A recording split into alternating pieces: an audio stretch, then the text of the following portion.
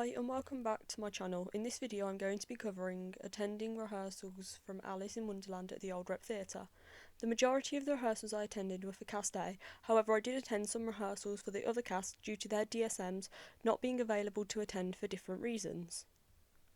During this production as a DSM I was required to attend rehearsals to get the rehearsal blocking and footage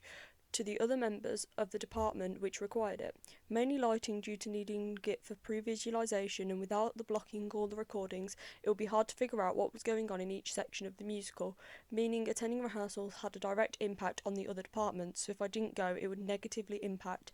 every other department.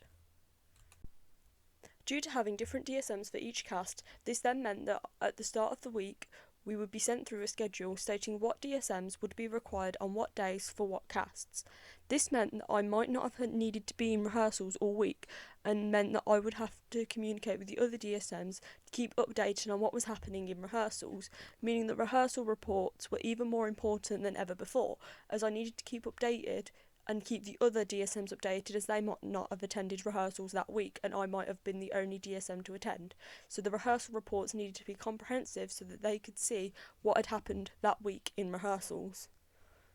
When I attended the rehearsals, I made sure to have the blocking for each of the main numbers. However, due to working with the different DSMs, rather than having it in my prompt copy and drawing it down on paper,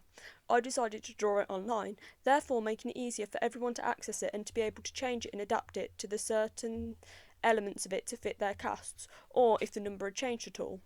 This then meant that I had to learn how to create my blocking clear and consistent so that other members of the stage management team could understand it. Another thing that was affected by this was the way that lighting received their blocking, as due to it being online and computerised, I could quickly and efficiently email it to them, meaning that they had an up-to-date and could access it quickly, even when they were working on a different venue across the city, which they did for a full week.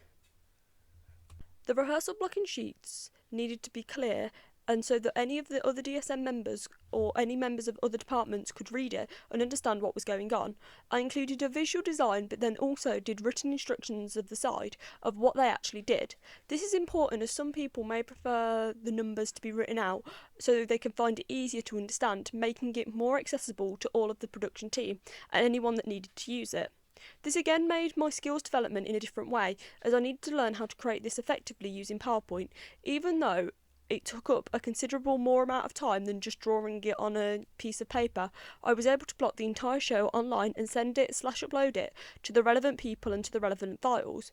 further showing how I've developed my skills in stage management and in creating rehearsal blocking.